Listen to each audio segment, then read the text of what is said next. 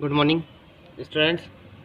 Last video में मैंने आपको कहा था कि हम नेक्स्ट टॉपिक पढ़ेंगे उपसारणिक और सेकंड माइनर और कोफैक्टर्स। ठीक है, तो क्या होते हैं आप इनकी बात करते हैं।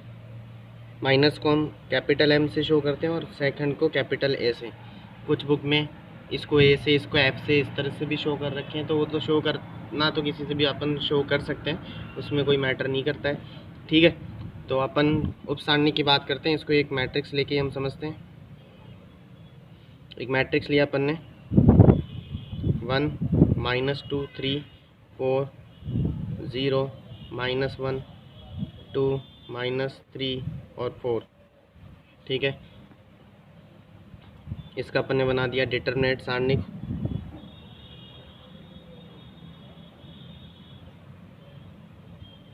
तो पहली चीज़ ये ध्यान देना कि उपसारणिक यानी माइनर्स हम किसी भी रो के या किसी भी कॉलम के निकाल सकते हैं, किसी भी पंक्ति या किसी भी स्तंभ के निकाले जा सकते हैं।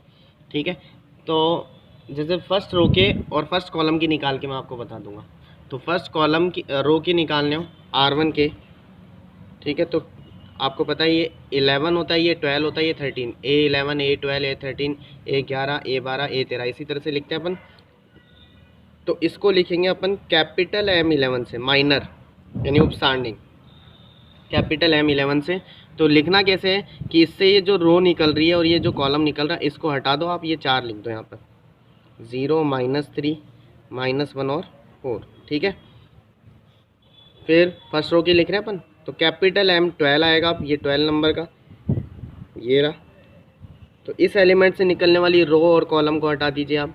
तो 4 2 -1 4 बचेगा, ये रो हट जाएगी और ये कॉलम हट जाएगा। तो 4 2 और -1 और 4, 4 2 और -1 और 4 बचेगा। फिर M13 ये वाला एलिमेंट, तो इससे निकलने वाली ये रो और ये कॉलम हटेगा, तो बच गया अपने पास 4 2 0 -3, 4 2 0 -3। फिर M21 लिखेंगे अपन। सॉरी, मैंने बात कर रहा था फर्स्ट रो की और फर्स्ट कॉलम की निकालनी है। तो अब फर्स्ट कॉलम ये रहा, तो इसके निकालेंगे तो M11 ही लिखा जाएगा और M11 तो अपन ने निकाल रखा है। अब इसके बाद कौन सा आएगा, M22 आएगा। कौन सा आएगा, 21। ये होता है A11, ये A21, तो M21 आएगा। तो ये रो और कॉलम हट जाएगी, ये बचा -2 -3 और 3 और 4। और फिर कौन आएगा, 31 आएगा। 31 में आपको पता है ये रो और कॉलम हट गई, तो अपने पास आ गया -2 0 और 3 -1। ये रो और कॉलम हट जाएगी तो क्या आएगा, -2 0 और 3 -1, वो अपन ने लिख दिया। ठीक है, इनकी वैल्यूज़ निकाल लेते हैं। क्रॉस किया तो ये 0, बीच में माइनस ही आएगा, -3 का -1 से होगा 3, 12, 4 4 जा 16, बीच में -2 का -1 से होगा -2 +2, तो ये 18 हो गया। 4 3 जा 12, माइनस का बीच में माइनस आएगा, 2 का 0 से हुआ 0, तो ये -12 आ गया। -2 का 4 से हुआ -8, बीच में आएगा माइनस, -3 का 3 से हुआ -9, तो +9, तो ये 1 हो जाएगा। -2 का -1 से हुआ 2, बीच में माइनस और ये 0, तो 2 आ गया। तो ये अपन ने माइनस निकाले हैं, उपसारणिक निकाले हैं, जिसको अपन ने कैपिटल M से शो किया है। अब को फैक्टर्स निकालने हो, सेकंड निकालने हो, को फैक्टर्स।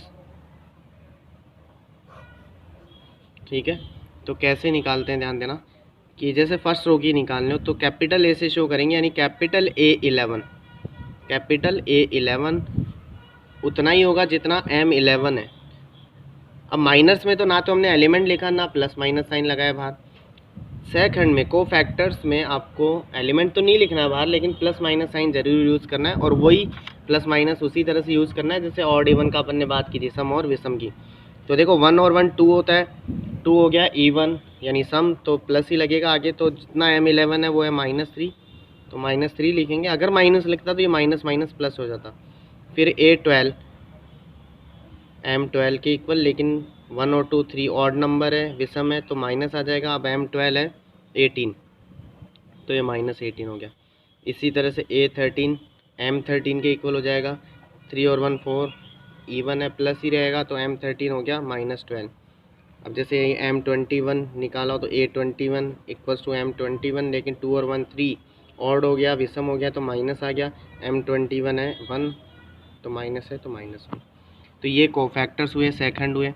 इनकी हेल्प से अपन किस तरह से सारणिक का मान निकाल सकते हैं, किसी तरह से अपन इसकी डिटरमिनेंट की वैल्यू निकाल सकते हैं। तो देखो जैसे डेल निकाल लिया अपन ने, डेल से अपन वैल्यू को डिनोट करते थे, डिटरमिनेंट की वैल्यू को।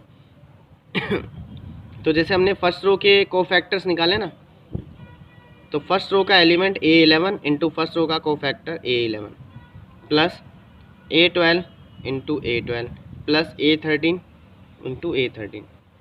ये फर्स्ट रो से अपन ने किया। A11 आप देखोगे कितना है, 1 है, वो लिख दिया। कैपिटल A11 -3 है। फिर A12 है -2, तो वो लिखेंगे आप यहाँ पर -2 इस तरह से, और A12 है -18 प्लस A13 है यहाँ पर 3 और कैपिटल A13 है -12।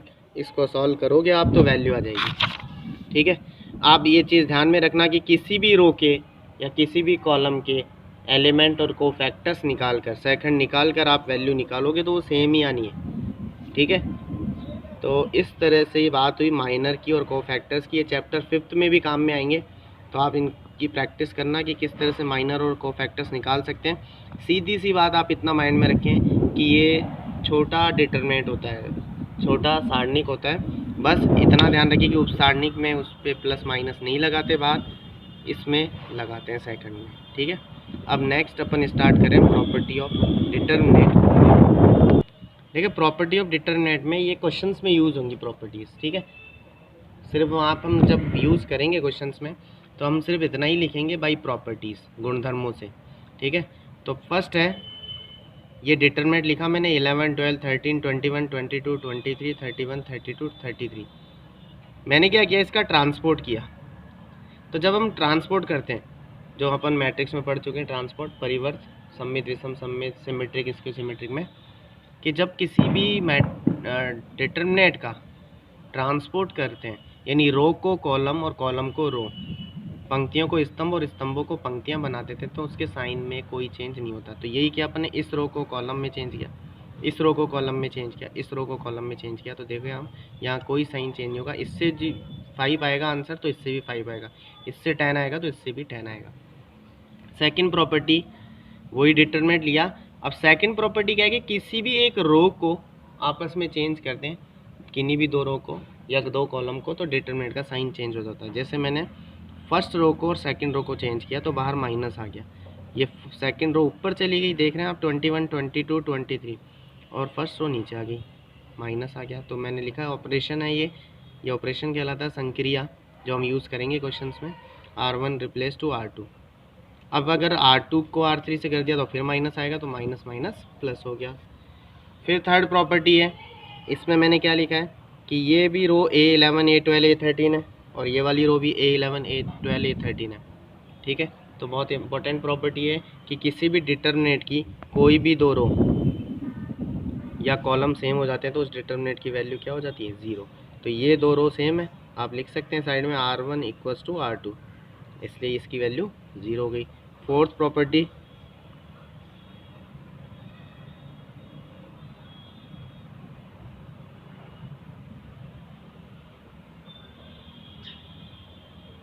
किसी भी डिटरमिनेंट में किसी भी एक रो के या कॉलम के जितने भी सारे एलिमेंट 0 होंगे तो उस डिटरमिनेंट की भी वैल्यू क्या होगी, 0 होगी। ठीक है, सारणिक का मान 0 हो जाएगा, यानी कोई दो पंक्तियां स्तंभ समान हो जाए तो भी 0, और किसी एक रो या कॉलम में सारे 0 हो तो भी 0। तो एक चीज़ आप ध्यान रखना, जब हम इन क्वेश्चंस को करेंगे ऑपरेशंस वालों को, संक्रिया वालों को, तो अपनी कोशिश यही रहेगी कि किसी भी रो या कॉलम में, क्योंकि हम 3/3 का ही पढ़ेंगे, तो 2 0 बनाने की कोशिश रहेगी। 2 0 बनाने से क्या हो जाता है कि हमें एक ही एलिमेंट को एक्सपेंड करना पड़ेगा। 3 होते हैं एक रो या कॉलम में, तो 2 0 बनने से एक को एक्सपेंड कर लेंगे, तो उससे आंसर ईजिली मिल जाता है। तो अपना मोटिव ये रहेगा, कोशिश ये रहेगी अपनी कि 2 0 अपन बना सकें। फिर है fifth, A B C D E F G H I plus X plus Y plus Z. किसी भी रो में या कॉलम में इस तरह से कॉरस्पॉन्डिंग एलिमेंट ऐड हो रहे हो तो अपन उस डिटरमिनेंट को दो डिटरमिनेंट की फॉर्म में लिख सकते हैं। कैसे? यहाँ से बोर्ड से क्वेश्चन भी आया हुआ है इस टॉपिक इस प्रॉपर्टी का।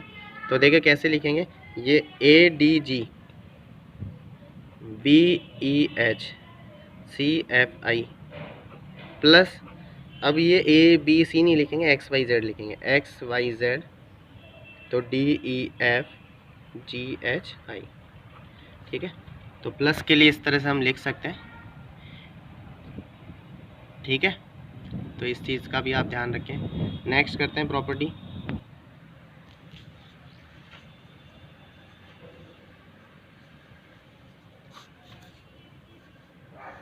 नेक्स्ट प्रॉपर्टी में क्या है, जैसे ये डिटरमिनेंट अपन को मिल गया A B C D E F G H I. कभी कभी क्वेश्चन में क्या होगा कि हमें किसी एलिमेंट को हटाना होगा या वहाँ पर लाना होगा, तो हम क्या करेंगे, मल्टीप्लाई और डिवाइड का ऑपरेशन भी यूज़ लेंगे। तो जैसे मान लो मुझे फर्स्ट रो में यहाँ पर एक्स चाहिए, तो मुझे एक्स लाना है, तो मैं या तो फर्स्ट कॉलम को एक्स से मल्टीप्लाई करूँ या फर्स्ट रो को एक्स से मल्टीप्लाई करूँ। तो जैसे अगर नेक्स्ट ऑपरेशन मैं ऐसे लिखूँ, जैसे मुझे एक्स की रिक्वायरमेंट है, तो अगर हम ऐसे लिखेंगे कि मल्टीप्लाई R1 फ्रॉम एक्स, कि हमने रो फर्स्ट को एक्स से गुणा किया पंक्ति R1 में एक्स का गुणा करने पर। तो ध्यान देना कि जो एक्स हमने इसमें इनटू किया है, तो क्योंकि डिटरमिनेंट एक वैल्यू होता है तो वैल्यू को बैलेंस करना ज़रूरी होता है। तो जब हम एक्स अंदर मल्टीप्लाई कर रहे हैं तो वो बाहर एक्स डिवाइड में भी आपको लिखना है, बाहर एक्स डिवाइड में भी इस तरह से लिखना है। तो इसको एक्स से किया तो इसके हर एलिमेंट के साथ एक्स लग जाएगा, ए एक्स बी एक्स सी एक्स। ठीक है, D E F G H आई। मान लो आप R2 को y से कर रहे हैं, R2 from y, R2 from y, तो वो बाहर y डिवाइड में भी होगा और यहाँ y लग जाएगा। आप R3 को z से कर रहे हैं, किससे, तो वो z यहाँ पे डिवाइड में भी लगेगा और इसके साथ z आ जाएगा। तो इस तरह से आप मल्टीप्लाई करेंगे कि जो आप अंदर मल्टीप्लाई कर रहे हैं वही आप बाहर भी लिख रहे हैं। इसी से अगर अपन ऐसे लिखें कि हमें इनको हटाना हो मान लो, तो अपन क्या लिखेंगे ऑपरेशन कि R1 से x, R2 से y और R3 से z बाहर लेने पर, यानी कॉमन ले रहे हैं, टेकिंग कॉमन